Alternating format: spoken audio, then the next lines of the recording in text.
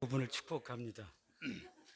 오늘 예루살렘 성을 건축하자라는 제목으로 우리 김군주 교수님 말씀하실 때 오늘 우리를 향하신 하나님의 음성 듣기를 간절히 원합니다.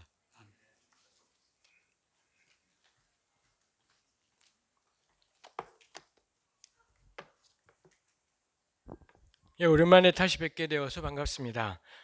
설교 나누기에 앞서서 방금 우리 두 분 특송하신 찬송이 저한테도 참 특별한 찬송이었습니다. 저도 역시 유학 갈 때 제가 35에 유학을 갔더랬습니다. 정말 그때 가난한 전도사였었고 정말 돈도 없었고 애는 둘이나 초등학교 1학년, 2학년 그리고 영어는 완전 버벅에 그 다음에 제가 갔던 영국은 비자를 그때는 지금은 달라졌습니다. 그때는 미리 비자를 받지 않고 이제 이 영국 맨체스터 공항에 도착해서 거기서 인터뷰를 해서 이 사람이 몇 년 있을 수 있는지 비자를 발급하는 겁니다. 그러니 갔다가 그냥 거기서 돌아올 수도 있는 거고 저희가 그때 비행기를 경유해서 이 말레이시아 쿠알라룸푸르 공항을 경유해서 몇 시간 대기하다가 뭐 싼 거 하다 보니 그렇게 됐습니다만 그 공항에 내려서 있는데 몇 시간 대기하는데 애들은 공항이 뭐 엄청 깨끗하니까 막 신나게 노는데 저나 집사람은 완전히 쫄았습니다. 내가 미쳤구나. 내가 왜 이 일을 그냥 한국에 있지 내가 미쳤구나 싶은 생각이 완전히 쫄았고 왜 우리 그렇잖아요. 기독교인은 그럴 때 되면 딱 나오는 게 오직 주님만 뭐 그거지 않습니까? 정말 그때 제 평생에 가장 예수님을 세게 믿었던 때가 그 쿠알라룸푸르 공항에 몇 시간 대기하던 그때였었고요. 그때 계속 나왔던 찬양이 바로 그 찬양이었습니다. 그것도 영어로. 저는 오늘 너무 은혜가 되고 납득이 되었습니다. 한글 찬송보다 영어 가사가 God will make a way가 너무 저한테 필요했던, 정말 아무 길이 없었기 때문에 정말 납득이 되던, 그래서 저는 너무 은혜로운 시간이었습니다. 그래서 오늘 제가 설교를 쭉 써도 저는 본전을 뽑았다. 그 마음으로 하겠습니다. 느헤미야서를 나눈 지 너무 오래되어서 제가 찾아보니 3월 달에 나누고 지금이 되었습니다. 뭐 이러저러 하다 보니 우리 새마음 교우들도 글쎄요, 제가 전에 나눈 것이 아무 생각이 없을 것 같다 싶습니다만 나누어 보려고 합니다. 느헤미야가 마침내 돌아가기로 결단했고 그리고 드디어 돌아왔습니다. 뭐 성경이 늘 그렇듯이 나누고 싶은 것만 나누다 보니 이 느헤미야가 실제로 돌아오는 데는 거의 뭐 4개월 가량의 시간이 걸렸고요. 돌아와서도 느헤미야가 곧바로 뭐 일을 시작하는 것이 아니라 사흘 동안 예루살렘에 머물면서 일단 약간의 인터벌을 두고 그 다음에 밤에 나가서는 예루살렘의 형편이 어떤지를 살피고 그러고는 이 공동체들을 모아서 오늘 우리가 본 것처럼 17절부터 제안을 하는 것이죠. 우리 성을 건축하자라고 제안을 하고 그러자 백성들이 그에 호응해서 그렇게 하자라고 합의하고 이렇게 시작하려고 할 때 19절 말씀에 근데 반대하는 사람들이 만만치 않은 사람들이 있더라.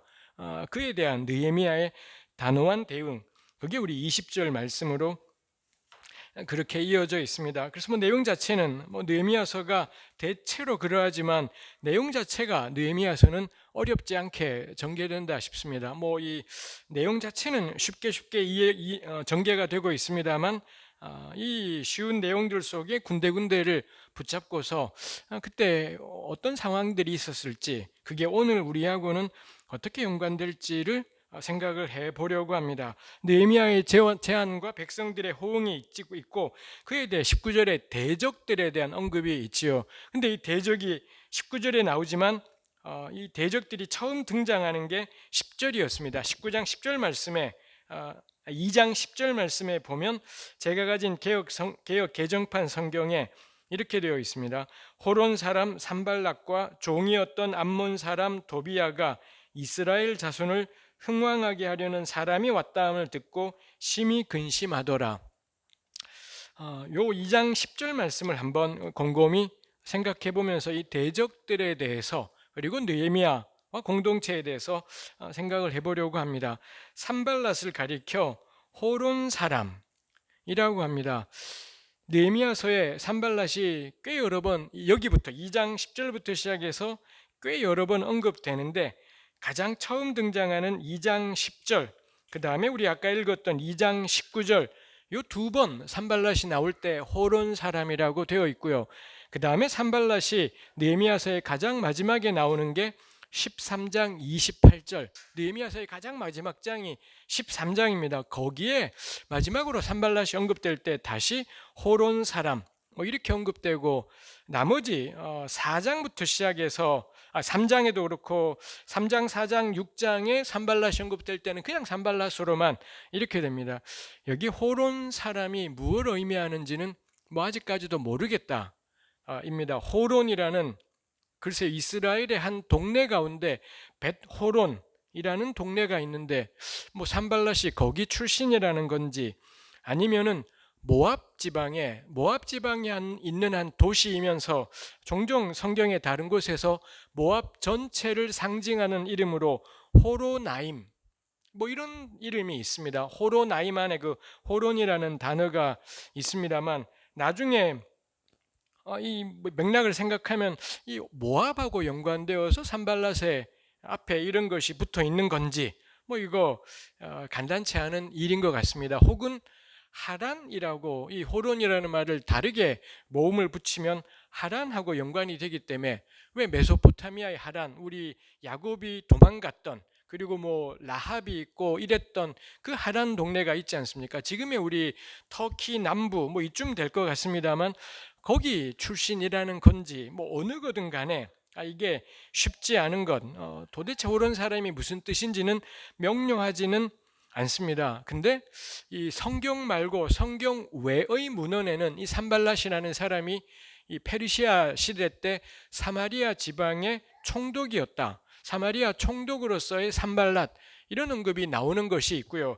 그리고 4장에 가면 이 산발랏하고 사마리아하고 연관돼서 언급하는 구절이 나오는 것이 있습니다. 그래서 아마도 성경 외의 문헌에서 나오는 사마리아 총독 산발랏, 아마도 그게 여기 느헤미야서에 나오는 그 산발랏이겠다 싶습니다만, 근데 왜 히브리말 성경에는 산발랏을 첫머리에 호론 사람이라고 한 건지, 뭐 그게 애매하고 명확하지는 않다 싶습니다.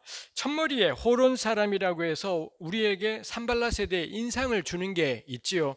그냥 유대인이었으면 이런 이름을 안 붙일 것 같은데, 근데 호론 사람이라고 붙여서 이 사람 다르다라고 표시를 하는 걸 거고요.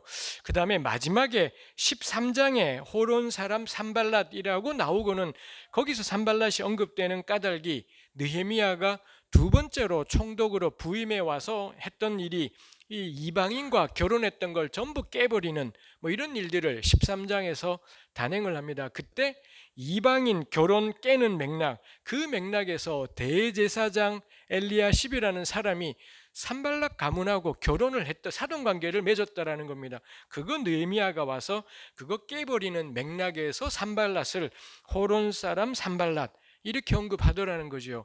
뭐 이거 우리가 단서가 되지 않겠습니까? 호론 사람이 원래 무슨 뜻이었는지 지금 모르겠지만, 근데 2장에 처음 소개할 때 호론 어쩌고 했다라는 것, 그 다음에 그래서 산발랏이 다르다라고 표시를 한 거고요.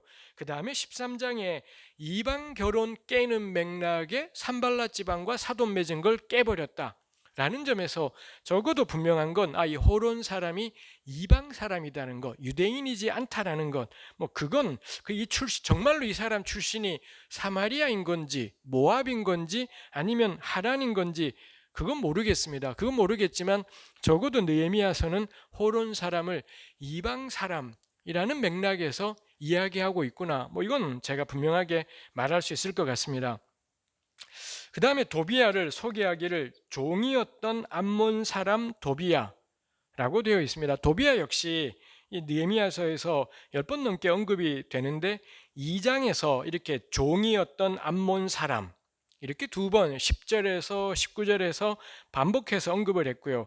나머지에서는 암몬 사람으로 뭐 한 번 소개하고, 나머지는 그냥 도비야란 이름으로만 소개되어 있습니다. 결국 2장에 두 번, 4장 3절에 한 번, 종이네 암몬 사람이네가 언급이 되고 나머지 10번은 전부 그냥 도비야는 도비야라는 이름으로만 마지막까지, 역시 도비야도 13장에 등장을 하지만 역시 그냥 앞에 아무런 타이틀 없이 그냥 도비야라고만 되어 있습니다. 뭐 종이라든지 암몬이라든지 이에 대해서는 그 다음부터는 전혀 도비야에게 부착되어 있지 않더라이지요.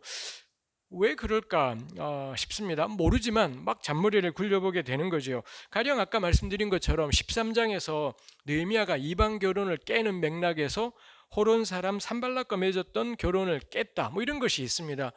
도비야 역시 유대인들하고, 특히 유대인들의 유력한 집안하고 사돈 관계가 맺어져 있다라는 게, 그게 우리 느헤미야서에 또 몇 번 6장 18절 같은 경우에 도비야가 유대인과 사돈이다라는 게 나와 있습니다. 근데 이상하게도 13장에 보면 도비야 집안하고의 결혼 깨기 이야기는 안 나오더라는 겁니다. 왜 산발랏 2장에 나오는 산발락하고의 결혼은 깨버리는데 왜 13장에서 역시 2장에 산발락과 같이 나왔던 암몬 사람이라고 명백히 되어 있는데, 그리고 모압과 암몬, 이건 이방의 이 핵심으로 13장에서 규탄이 되는데 왜 13장에서 도비야하고는 사돈 관계를 안 깨는 걸까 싶은 겁니다. 그럼 너무 당연하게 나오는 게 도비야는 암몬 사람이 아닌가 보다, 도비야는 유대인인가 보다, 뭐 이 생각을 하게 되는 거지요. 가령 산발락 같은 경우, 우리 왜 이 영어 이름 가운데 스미스 뭐 이런 거 있잖아요. 스미스, 한글로 스미스 이렇게 쓸 수 있습니다. 그렇지만 우리 다 알아요. 스미스는 한글 이름이 아니라 영어라는 걸 우리 알지 않습니까? 그런 것처럼 뭐 알렉산더, 이게 다 한글로 쓸 수 있지만 이거 한글이지 않습니다.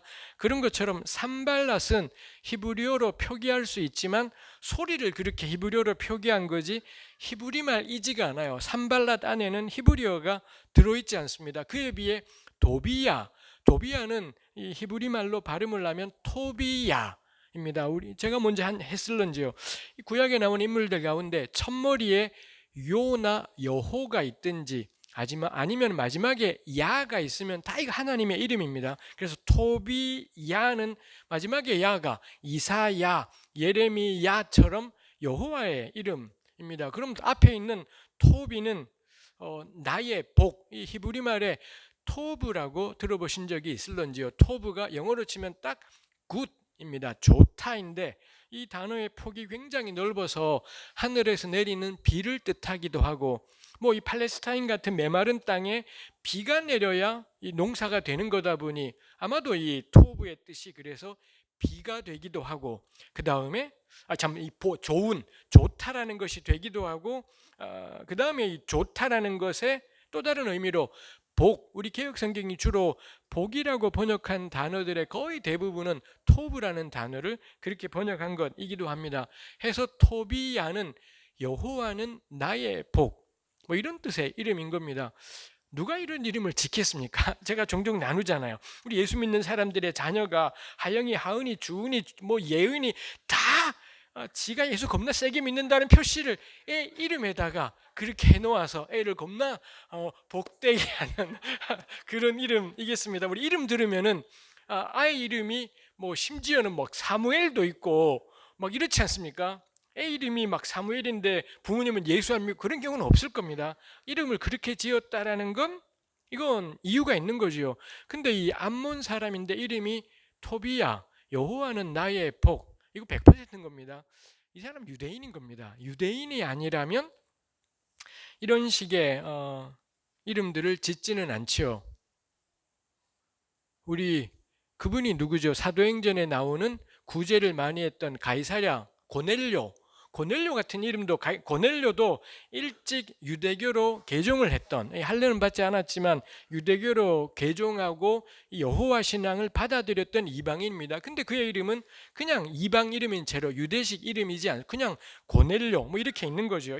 이거 히브리 말이지 않은 이름이겠습니다. 그에 비해 도비야 같은 경우는 여호와는 나의 복, 뭐 이런 이름을 가지고 있다라는 것. 산발랏은 히브리 말 이름이 아닌데 토비야는 히브리어 이름이라는 것. 우리 왜 가톨릭 성경에 토빗서라는 책이 있습니다. 그 토빗서의 주인공의 이름이 토빗인데 그 사람이 부인과의 사이에 낳은 아들의 이름이 도비야라고 뭐 이런 이름을 짓기도 해요. 뭐 거기에서도 보는 것처럼, 그리고 13장에 도비야 집안하고의 결혼은 안 깨더라. 이 두 가지를 생각을 할 때 저는 그렇게 생각합니다. 도비야는 암몬 사람이지 않다라는 것. 이 사람은 유대인인 겁니다. 그리고 일찍부터 유대인이었겠다 싶은 겁니다. 근데 이 앞에 종이었던, 우리 개혁성경은 종이었던, 이 과거형으로 그렇게 했지만 그냥 히브리 말로는 앞에 종이라고 되어 있습니다. 종, 암몬 사람. 그럼 남은 게 뭘까 싶어요. 이거 뭐겠습니까? 이 종이니 암몬 사람이니라는 건 멸칭이었구나. 이 도비야를 멸시하면서, 이거 딱 우리한테 적절한 예가 뭔가요? 한국의 어떤 분들은 토착 외구 같은 분들이 있지 않습니까? 한국 사람인데, 분명히 조선 사람인데 일본 사람 같은 형제 자매님들이, 우리 솔찬이 어떤 정당에 막 존재하고, 뭐 어떤 자매님 별명이 나베이기도 하고, 뭐 이런 분이 왜 그분을 나베라고 부르나요? 이게 딱 그런 거겠다 싶어요. 왜 도비야에게 종, 암몬 사람 이런 게 붙었을까? 저 사람은 유대 사람인지 암몬 사람인지 모르겠다라는 것. 저 사람이 지금 지키고 싶은 건 유대 지역인 건지 암몬인 건지 모르겠다라는 것. 아마도 이런 것들이 도비야 앞에다가 종, 이런 말 우리 붙이고 싶은 사람들 겁나 많지 않습니까? 그거 생각하면 여기 종, 암몬 사람 이런 것은 아마도 도비야에 대한 멸칭이었겠다. 도비야에 대한 당시 유대 공동체의 평가가 이런 식으로 반응이 되었겠다 싶습니다. 근데 이 사람들 유력해요. 우리 앞으로 보게 될지 모르겠지만 매우 유력해서, 아까 이야기했지만 6장 18절에 보면 유대 최상위층 사람들하고 이 도비야하고 사돈 관계가 있고요.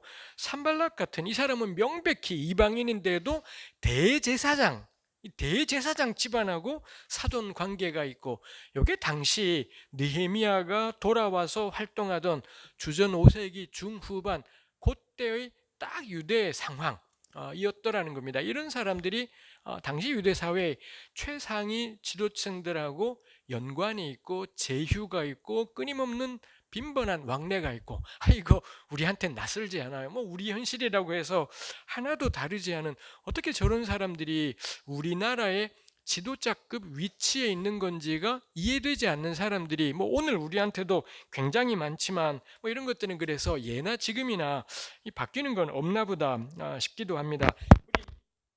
우리 2장 10절에 이거 녹한 거겠지, 이거 아마 이게 그렇습니다. 예. 2장 10절 말씀을 보고 있습니다만, 느헤미야가 온다는 소식이 산발랏 도비야에게, 느헤미야는 아직 도착도 안 했는데 산발랏 도비야에게 먼저 알려져요. 이거 낯설지 않아요. 이런 양아치들의 공통점이 미리 알고, 이런 이 정보들은 미리 이 사람들에게 다 알려줘요. 하여튼 예나 지금이나 정말 바뀌는 게 없다 싶습니다. 이 양반들이 개역 개정의 번역으로는 이스라엘 자손을 흥왕하게 하려는 사람이 왔다, 이 소식을 듣더니 근심하였다라고, 그렇게 심히 근심했다라고 되어 있습니다. 여기 이스라엘 자손이라는 표현이 있습니다. 이스라엘이라는 말, 느헤미야서에 에스라 느헤미야 여러 번 쓰이지만 에스더서에는 한 번도 쓰이지 않는 게 이스라엘이라는 이런 식의 이름입니다. 이스라엘은 나라가 존재할 때의 이름이잖아요. 북왕국, 우리 다윗 시대 때, 사울 다윗 시대 때 그 나라 이름이 이스라엘이었고, 그 다음에 솔로몬 때도 이스라엘이다가 르호보암 때 분열되면서 북쪽이 더 세니까 이스라엘이라는 이름을 가져갔고, 남쪽은 유다가 되었고, 북왕국 망한 다음에 전체가 다시 또 이스라엘로 불려지고, 나라가 있을 때 존재하던 것이 이스라엘이고, 지금은 바벨론 포로 이래는 나라가 없어져 버린 겁니다. 근데도 이 사람들이, 특히 느헤미야서 같은 경우 이스라엘 자손이라는 말을 아주 많이 빈번하게 사용하고 있는 것이 있습니다. 뭐 우리 이런 것들 이해될 만하죠. 우리가 옛날 이름들을 사용하는 까닭들은 그때의 회복, 뭐 그 시절을 다시 한번, 뭐 이런 것들이 있겠죠. 느헤미야서가, 에스라서가 이스라엘이란 이름을 빈번하게 쓰는 건 그 하나님의 언약 가운데 살고 있는 신앙 공동체, 이거에 대한 갈망이, 전 이런 책들에서 이미 그 나라는 사라진 지 오래인데 이스라엘이란 이름을 쓰는 까닭, 이겠다 싶습니다. 느헤미야서가 그런 관점이 있는 거고요. 흥왕하게 하다, 흥왕하게 하다라고 쓰인 여기 안에도 그 토브라는 단어가 좋다라는 게 들어 있습니다. 그래서 개역 개정이 흥왕하게 하다 했지만 뭐 풀었으면 좋은 것을 토브를 추구하다, 뭐 이렇게 생각을 해볼 수가 있겠습니다. 그래서 이게 흥미로운 게 토비야 같은 경우 여호와는 나의 복, 나의 좋음이지 않습니까? 근데 느헤미야는 누구냐? 이스라엘의 토브를, 이스라엘의 복을 추구하는 사람인 겁니다. 해서는 이 느헤미야 2장 이야기하는 게 그러면은 누가 진짜 토브냐? 누가 진짜 복이냐? 토비야 같은 삶이 이스라엘의 복이라는 거냐? 느헤미야 같은 삶이 이스라엘의 복이라는 거냐? 이 두 개의 좋음 가운데 어느 좋음을 따라갈 건지, 무엇로 이스라엘을 어떤 방식으로 좋게 할 건지, 그게 우리 느헤미야서가 이야기하고 있는 것이죠. 이 산발락과 도비야 같은 사람은 이스라엘을 좋게 하려는, 이스라엘의 좋은 것을 추구하는 사람이 왔다는 소식에 근심했다고, 심히 근심하고 못마땅해하고 뭐 이런 것들이 있지 않습니까?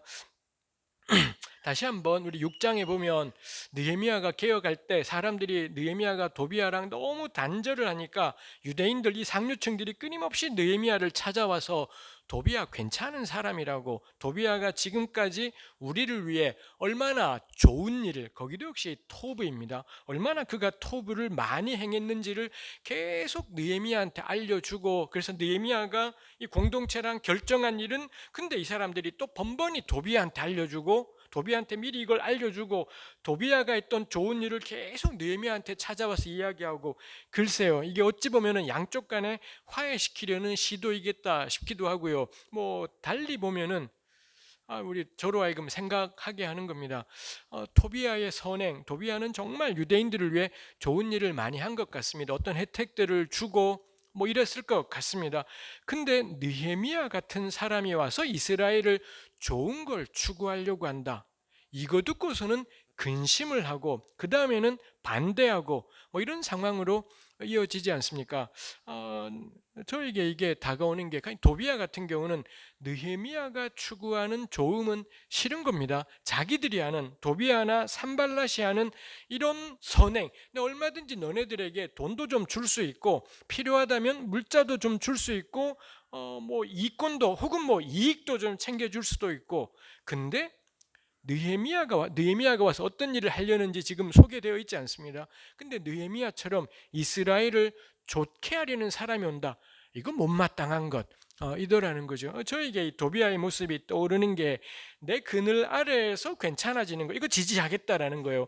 내 우산 아래에서 나아지는 것, 내가 이건 얼마든지 후원할 수 있는데 내 우산 바깥에서의 좋음에 대해서는 못마땅해요. 내 그늘 바깥에서 나아지고 바뀌는 것에 대해서는 이 도비야 같은 사람들은 못마땅한 것 있더라라는 것입니다. 뭘 근본적으로 바꾸거나 변화시키기보다는 그냥 이전과 같이 이 큰 울타리 안에서, 큰 우산 아래서 이런 근본적인 변화가 없다면 무엇이든지 애써줄 수가 있고 챙겨줄 수도 있는 일이겠지만, 이 그늘 바깥으로 나가려고 할 때는, 그럴 때는 이 싫어하고 근심하는 것이다라는 것입니다. 어쩌면 이게 우리한테도 그런 모습이 있겠다 싶은 거죠. 내 영향권 아래에서는 얼마든지 돕지만 정말로 우리는 상대방이 성장하거나 자기 삶을 성찰하면서 남에게 매이지 않는, 그 누구에게도 매이지 않는 그런 삶을 살려고 할 때, 그런 변화나 그런 성장들에 대해서는 주저하는 게 이 도비야나 산발락 같은 모습을 보이는 것이지 않을까 싶은 거지요. 가끔은 우리가 그런 것들을 자녀들에게서 발견하기도 해요. 이 자녀들이 더 이상 부모 그늘이 아니게 성장하려고 할 때, 그때 우리가 주저되는 것이 있겠다 싶고요. 때로는 남편 아내 사이에도 뭐 연인 관계에도 그런 것이 있기도 하지요. 이 아내가 혹은 이 남편이 이 남편의 그늘로부터 벗어난 채로 성장을 하려고 할 때, 이 상대방의 영향권을 벗어난 채로 성장하려고 할 때 이 다른 쪽이 불편해하고 부담스럽고 이 가로막고 싶어지고 뭐 이런 것들하고도 저는 이 도비아가 연관되는 것이 있겠다 싶습니다. 이 사람들이 느헤미야가 온다는 소식이 불편해요. 자기들의 세력과 영향 바깥에 어떤 일들이 일어날까봐는 이 사람들이 불편한 것이지 않을까 우리가 생각합니다. 그리고 느헤미야가 오지 와서 실제로 어떤 일을 이제 우리 행하게 되지 않습니까? 이런 것들도 만만치 않은 거죠. 그냥 유대의 변화를 갈망하는 정도로 있든지 아니면 유대의 이 어떤 궁극적인 새로움들을 뭐 기도하며 있든지 이런 것들은 문제가 되지 않는데 느헤미야가 이 온다라는 게 그가 또 마침내는 왔다라는 게 그러니까 느헤미야는 생각만 하고 갈망만 하고 기도하는 사람만인 것이 아니라 행동을 하더라는 겁니다. 구체적인 무언가를 했다라는 게 그게 또 이 도비아와 산발랏에게는 위협거리였더라라는 겁니다. 뭐 이런 말이야 누구든 할 수 있고 변화에 대한 갈망이야 누구든 표현할 수가 있는데 진짜 힘들게 하는 건 실제로 누군가가 무언가를 했다라는 게 실제로 누군가가 와서 꼼지락거렸다라는 게 이게 산발랏 도비아 같은 사람들에게는 매우 불편한 일, 근심하게 만드는 일이었겠다 싶습니다. 제가 지난 열흘 동안에 미국에 갔더랬습니다. 미국에 우연찮게 뭐 어딘가에서 뉴욕에 있던 어떤 모임에서 저보고 이사야서를 강의해 달라고 초대를 했고요. 그래서 뭐 이 코스타라고 왜 있지 않습니까? 미주 코스타라고 유학생 한인을 위한 이 뭐 일종의 그런 성산국 같은 대회 같습니다. 거기 제가 몇 년 전에 간 적이 있었는데 올해도 초대가 있어서 안 가려고 하다가 그 뉴욕 모임에서 오라고 하면서 그럼 거기 뉴욕 모임은 비행기표를 저에게 보내줬습니다. 그럼 그 비행기표를 코스타 갈 수 있게 해주세요. 해서는 이제 둘 다 가게 되고 한 10일 동안 내내 나불나불 하다가 돌아왔습니다만 제가 이 6년 전에 코스타 갔을 때도 그렇고 이번에 갔을 때도 그렇고 가장 큰 은혜는 거기 간사들이었습니다. 코스타는 상근자가 없습니다. 상근자가 없는 채 전적으로 자원봉사로 이루어져요. 가령 우리 여기 우종학 교수님 같은 경우도 옛날에 코스타 간사를 몇 년 하셨다고 제가 들었었습니다만 완전히 그냥 미국 땅 전역에 살던 유학생이거나 혹은 취직한 사람이거나 이 완전히 자원봉사로 계속 연간 다음 코스타에 대해서 의논하고 회의하고 온라인으로 회의하고 어쩌다 한번 만나고 기도하고 그러고는 이 코스타를 이루어 가는 것이지요. 이 비용이 만만치 않습니다. 엄청나게 센 비용, 이 참가비랑 항공료까지 엄청난 비용인데 가족까지 데리고 와 전부 다 자기 부담이에요. 전부 다 자기 부담으로 하고 와서 제가 6년 전에 코스타 갈 때 코스타에 대한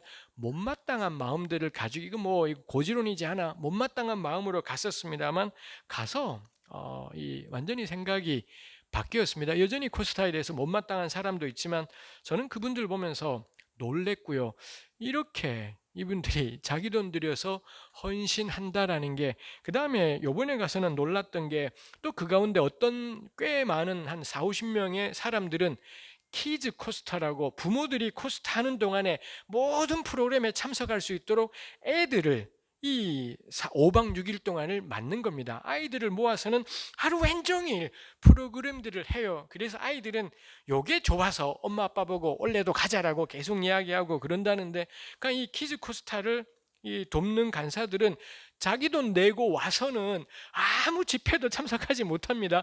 내내 이 아이들을 이 아이들 아침에 뭐 8시 반이나 이때 모으기 전에 자기네끼리 회의하고 모아서는 계속하고 성인 프로그램이 9시 반에 끝나요. 그럼 그때 아이들을 부모한테 돌려보내고 그날 반성 평가회를 하고 그러고 자고 그 다음날 하고 그러니 5박 6일 동안 이 키즈 코스타 간사들은 자기 프로그램이 없습니다. 하나도 말씀 같은 건 듣지도 못하고 특강이고 뭐고 하나도 상관없어요.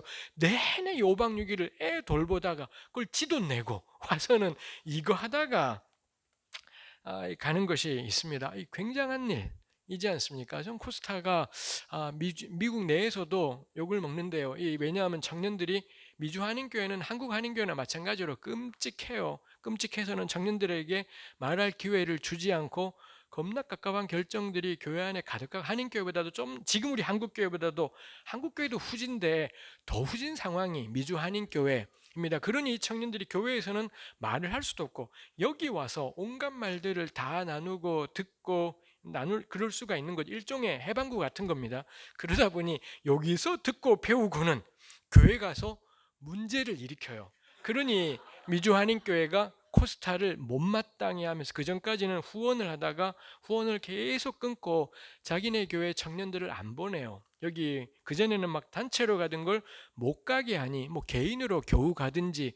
그러니까 이 코스타는 우리 한국 성수한국하고 똑같죠. 계속 규모가 축소되어 가고 왜냐하면 단체로는 못 가게 만듭니다. 한국 성수한국도 똑같습니다. 이 좀 큰 대학부 청년부는 못 가게 해요. 그러다 보니 개인 자격으로 오다 보니 그렇죠. 제가 가서 간사들하고도 그런 이야기를 나누었습니다만 코스타는 약해질 수밖에 없고 그게 길이라고 그게 진리인 거고 저는 그 생각이 들었습니다. 누가 뭐래도 이 돈 없이 쩔쩔매면서 헌신과 자원봉사로 근데 이 집행부들이 막혀 있지 않고 어떻게든 새로운 것들을 나누려고 애쓰더라고요. 제가 이 예를 끄집어낸 것이 이 산발랏 도비아를 불편하게 만든 게 뭐냐? 새로운 세상을 향한 갈망, 이게 불편하게 만들지 않아요. 변화를 향한 이 열심, 이런 거 불편하게 만들지 않습니다. 이 사람들을 불편하게 만든 건 뭐냐? 이 사람이 이 느헤미야가 왔다라는 게, 진짜로 온다라는 게, 그게 그리고 와서는 진짜로 무언가를 만들어낸다라는 게 그게 불편해요. 갈망만 품어라.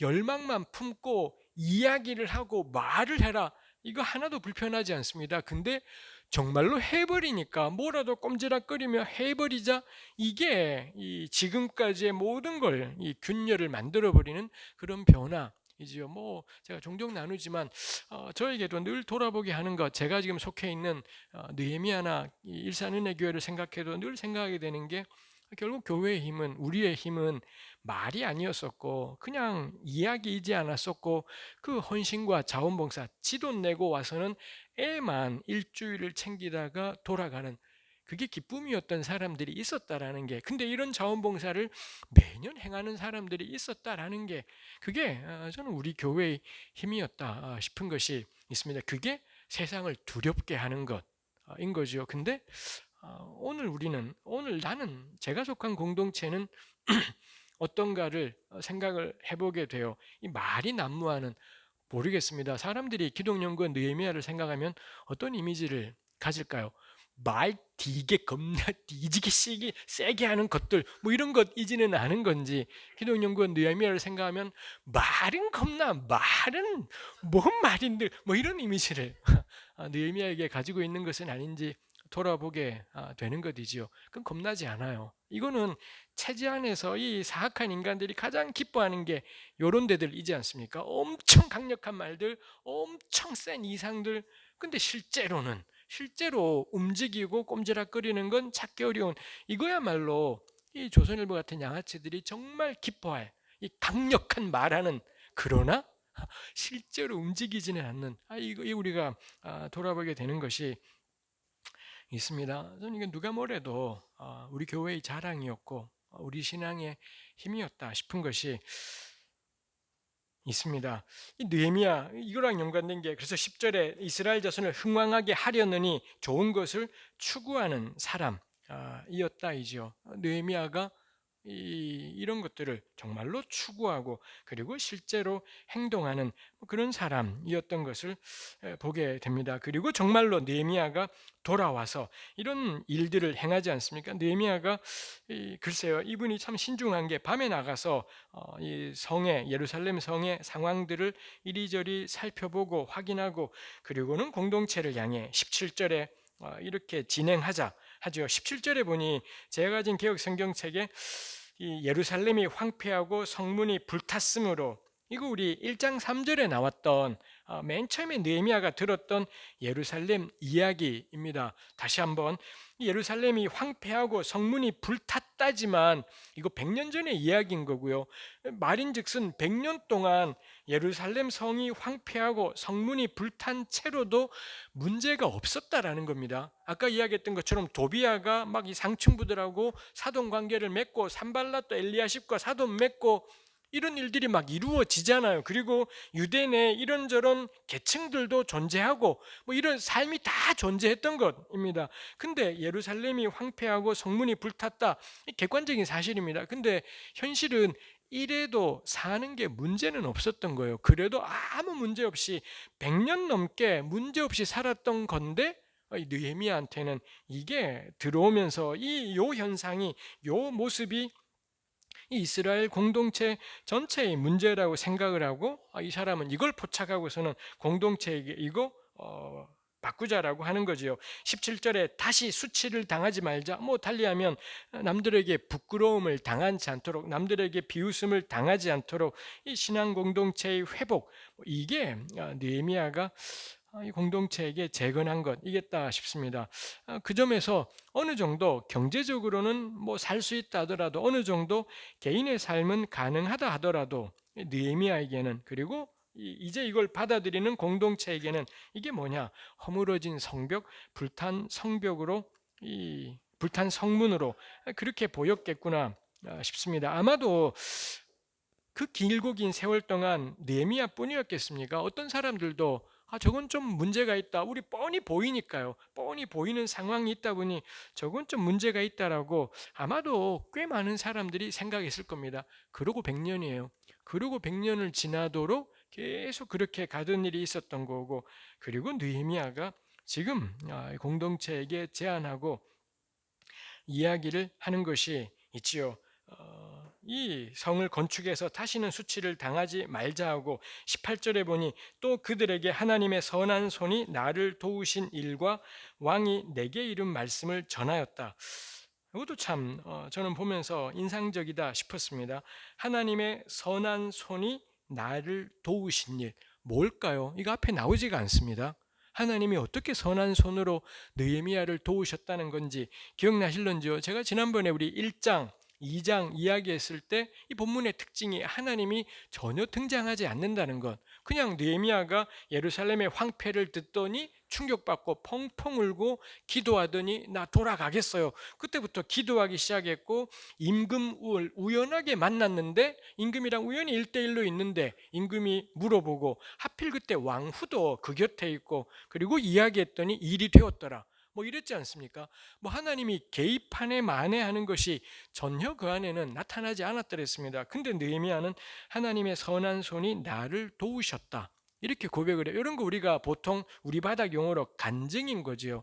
객관적으로는 이게 우연하게 운 좋게도 다행스럽게도 다 이런 것인 겁니다. 그리고 남들은 그냥 괜찮은 게 내한테는 크게 다 이랬던 건데, 당연히 이게 신앙인들의 눈에는, 하나님을 믿는 사람들의 눈에는 하나님의 선한 손이 나를 도우셨다, 이렇게 표현해요. 우리 이런 표현을 너무 많이 써서 듣기 싫을 때가 있고, 그래서 이런 표현을 쓰는 것을 못마땅해 하기도 하지만 저는 이건 너무 당연한 일일 거다 싶어요. 우리한테 일어난 일들이, 가령 우리한테 좋은 일이 생겼을 때 하나님이 도우셨어요. 그거들은 약간 재수없긴 해요. 막 재수없고, 이씨 그럼 그 하나님이 왜 난 안 도우고 맨날 너만 돕냐, 열받아, 뭐 이런 생각을 하게 돼서 괜찮은 일 생겼을 때 하나님이 날 도우셨어요가 듣기 싫고 그런 간증은 별로다 싶은 것이 있습니다만, 지금 느헤미야가 말하는 하나님의 선한 손이 도우셨다라는 건 앞에 나왔던 이것, 그 보고를 듣는데 마음이 움직인 것,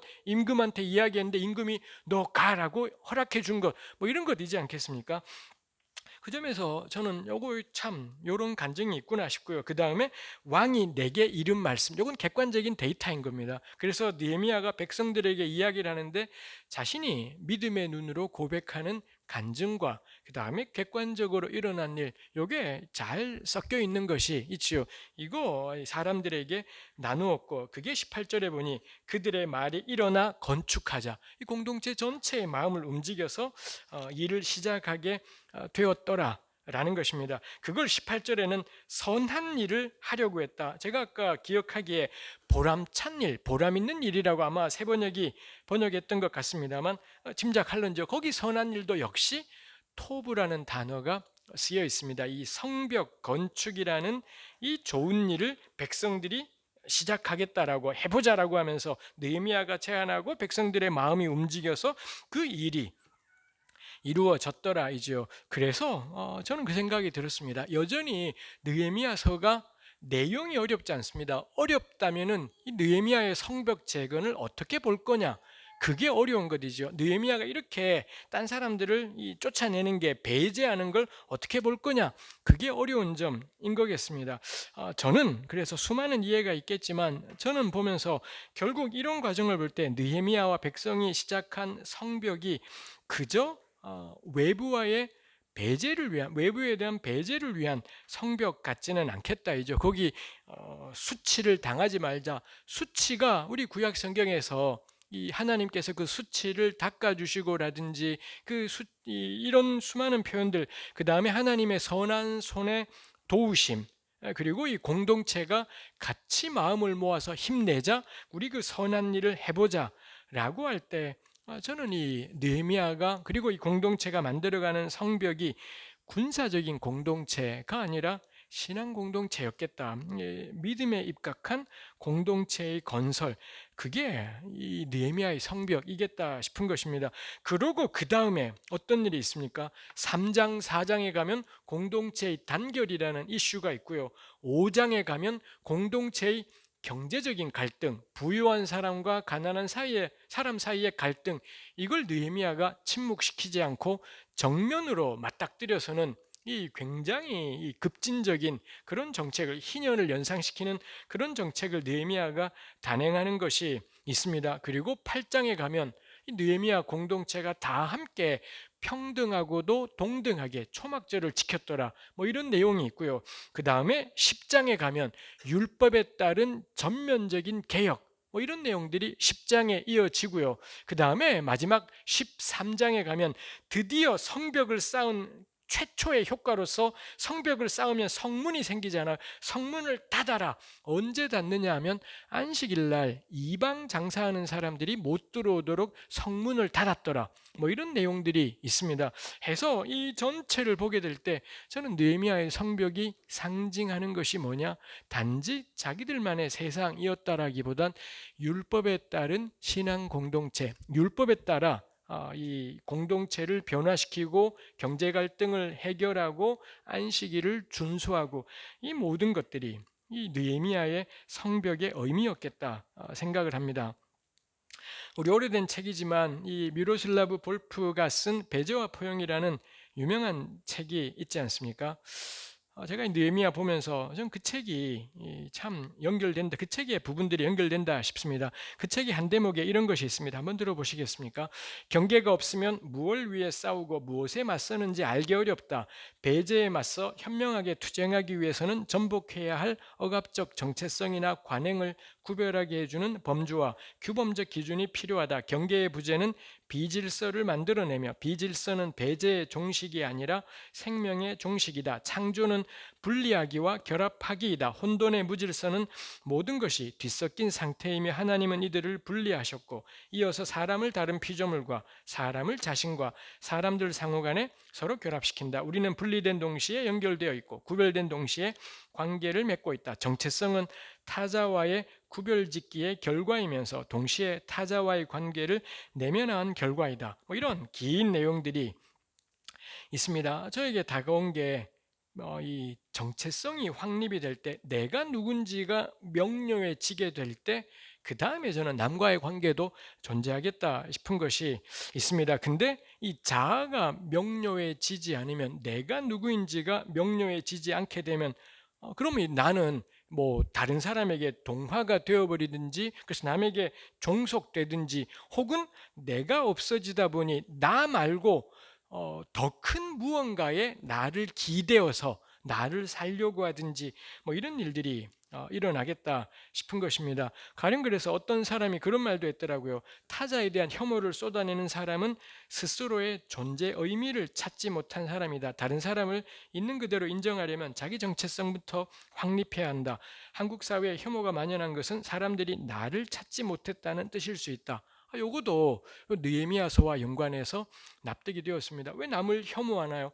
자기가 없어져 버리니, 내가 누구인지가 그게 없어져 버리니, 그럼 이제 나를, 불안하다 보니 나를 더 큰, 나는 한국인이야, 요 안에 들어가서는 한국인이 아닌 이방인들에 대해서 혐오하는 말들을 내세우고 나는 남자야 속에 들어가서 여성을 다른 성을 함부로 말하는 것이 생기겠다 싶은 것이 있습니다. 나를 찾지 못하다 보니 집단에 속해서 나를 세우려 하고 그 집단에 속하지 못한 사람을 혐오하게 되겠다 싶은 것입니다. 느헤미야서의 성벽이 저는 그런 자기 정체성 찾기, 우리가 누구이고 그런 것들이 저는 느헤미야서의 이스라엘 자손이라는 말이 많이 쓰인 까닭이기도 하겠다 싶어요. 우리가 누구인지를 찾아가는 것, 우리를 우리 되게 하는 것이 무엇인지 이걸 찾아가게 하는 것이 느헤미야의 성벽이었겠다 싶은 거죠. 그리고 그걸 확인하게 되는 게, 그리고 실제로 성벽 지은 다음에 무슨 일들을 하는지 이런 것들을 보면서 이 성벽의 의미들을 생각하게 되는 것이 있습니다. 그게 우리 19절에 이 산발락과 도비야 이런 사람들이 찾아와서 이 느헤미야의 이 공동체를 위협했을 때 20절에 나오는 느헤미야의 단호한 대답의 배경이겠다 싶은 것이 있습니다. 19절에 이 사람들이 위협할 때도 그렇죠. 19절에 보니 우리를 업신여기고 비웃어 이르되, 왜냐하면 너무 소규모의 사람들이 이런 일을 하다 보니, 더군다나 산발랏 도비야처럼 유력한 사람들하고는 끊은 채로 이런 일을 한다라는 게 이 사람들이 보기에는 업신여김거리. 언제 우리 업신여김을 당한 적이 있습니까? 저는 업신여김을 받는 것이야말로 교회의 자랑일 거다 싶어요. 업신여김은 반드시 권력관계의 불균형에서 나와요. 좀 더 많이 가진 것, 좀 더 센 사람들이 있는데, 근데 권력도 없고 약하고 무능한 사람들이 뭐를 괜찮은 일을 하려고 해요. 그럼 그때 발생하는 게 업신여김입니다. 업신여김은 대등한 관계에서는 일어나지 않습니다. 대등한 관계에서는 저쪽이 뭘 한다 그러면 위협감을 느끼지만, 업신여김은 언제 생기나요? 이 세고 약한데 약한 사람들이 뭘 할 때, 가령 센 사람들이 뭐 할 때 업신여기고 이렇게 되진 않습니다. 이런 것이죠. 이거 볼 때에도 이 산발랏 도비야가 보기에 느헤미야 패거리들의 행동이 웃기는 것 이더라라는 것입니다. 그러고는 하는 말이 너희가 왕을 배반하고자 하느냐. 근데 이 산발랏 도비야의 상상력의 한계죠. 이 사람들의 생각은 그거예요. 이런 상황 속에서 무언가 이 성벽으로 대표되는 새로운 것, 이건 뭐냐? 페르시아에 대한 거역. 이 상상력이 완전히 거기에 국한되어 있습니다. 페르시아 제국 체계라는 요 안에서 다른 걸 아무것도 상상할 수 없는 게 저는 이 사람들의 말이지 않을까 싶은 것이 있습니다. 그에 대해서 느헤미야가 단호하게 이야기하죠. 20절에 하늘의 하나님이 우리를 형통하게 하시리니, 하나님께서 우리를 형통하게 하실 거다라는 것. 그리고 자기들을 가리켜 그의 종, 하나님의 종이다라고 이렇게 표현하는 것이 있습니다. 매우 전 종교적이고 신앙적인 표현이겠다 싶습니다. 느헤미야가 단호하게 산발랏 도비야랑은 이 줄을 확 그어버리고 확 잘라버리면서 이야기하지요. 우리가 건축하려니와 너희에게는 예루살렘에서 아무 기업도 없고 권리도 없고 기억되는 바도 없다. 우리 하나하나의 단어가 다 의미가 있지만 우리가 지금 설명할 수는 없을 것 같겠습니다. 확고하게 느헤미야는 이 사람들에 대해서 배제하고 그리고 자기들이 만들어가는 공동체에 대해서 이야기하는 것이 있습니다. 이제 우리 그리고 3장부터는 본격적인 성벽 재건과 성벽 재건으로 상징되는 바 공동체 재건, 하나님 말씀의 율법에 기반한 공동체의 재건, 이런 일들이 이루어져 가는 것이 있겠습니다만, 그 2장 첫머리에 2장에 우리 이런 내용들이 나와 있습니다. 말씀을 후다닥 마무리하려고 합니다. 3장에 수많은 우리 보지 못하겠지만 3장의 성벽 재건에 참여했던 수많은 사람들의 이름이 있지만 산발랏의 이름은 거기에 없습니다. 도비야의 이름도 거기에는 없지요. 당대의 유력자라든 이 사람들의 이름은 거기에 나와 있지 않습니다. 말씀드린 것처럼 도비야는 여호와는 나의 복이라는 정말 멋진 이름을 그는 가지고 있습니다. 그럼 도비야에게 있어서 여호와는 나의 복은 어떤 의미 였던 걸까요? 느헤미야란 이름은 여호와는 나의 위로, 뭐 이런 이름을 가지고 있습니다. 글쎄요, 한 사람은 여호와는 나의 위로, 한 사람은 여호와는 나의 복, 이름 가지고는 모르겠습니다. 근데 그 두 사람이 살아가는 신앙생활은 전혀 다른 신앙생활을 살아가는 것이 있지요. 한 사람은 매우 유력한 힘을 가진 채 이렇게 유대인들을 도우려고 하는 사람이 있고, 또 어떤 사람은 유대인들의 성벽 재건으로 대표되는 율법에 기반한 공동체의 건설, 뭐 이런 걸 추구하는 사람이 있습니다. 우리는 어떤 타입의 사람일런지요, 토비아 같은 사람일지 느헤미야 같은 사람일지 우리 돌아보게 되는 것이 있습니다. 우리는 글쎄요, 뭐 제 생각으로는 다른 이의 변화와 성장을 기뻐하는 사람일지, 아니면 늘 우리 정도의 수준에 머물러 있게 하는 사람인지, 아니면 우리는 마음으로만 갈망하는 사람인지, 아니면 정말로 손과 발로 행동하는 사람인지 돌아보게 되는 것이 있습니다. 이스라엘에게 좋은 것을 추구하는 사람, 그 사람이 이 느헤미야서가 소개하는 이 느헤미야의 삶이고 사역입니다. 우리가 모쪼록 이런 이스라엘을, 이 믿음의 이스라엘을, 하나님의 교회에 좋은 것을 추구하는 사람이 왔다.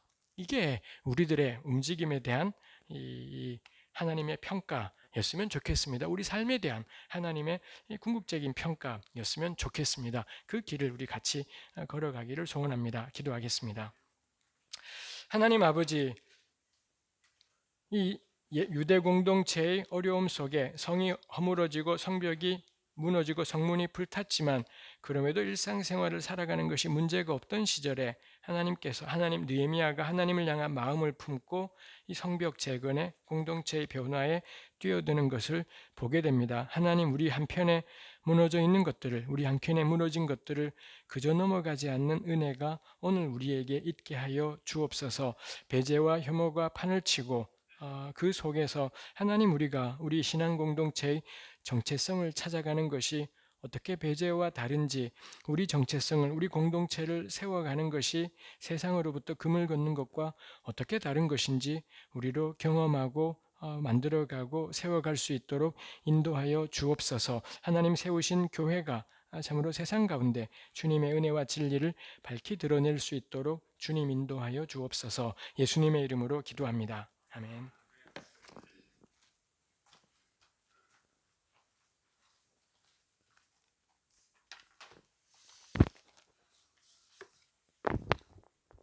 네, 말씀 감사합니다. 다 같이 공동체를 위한 기도 같이 묵상하겠습니다. 1. 일본에서 뿌리 내리고 있는 험한 정서나 베트남 결혼 이민 여성 폭행 사건에서 나타난 다민족 혐오 정서가 사라질 수 있도록. 2. 장자연 버닝썬 사건을 비롯한 한국의 성폭력 문화를 뿌리 뽑으려는 시민운동이 시위는 당겨졌다, 시작은 조선일보다 라는 주제로 출범하는 가운데 운동의 목표를 이루어내 성폭력에서 해방된 사회로 나아갈 수 있도록. 3. 곧 시행되는 직장 내 괴롭힘 금지법을 통해 폭언과 폭력이 공공연한 한국 사회의 일터가 변화되고 노동자들이 자신의 존엄성과 권리를 지켜낼 수 있도록. 세 가지 제목을 가지고 함께 동성으로 기도하겠습니다.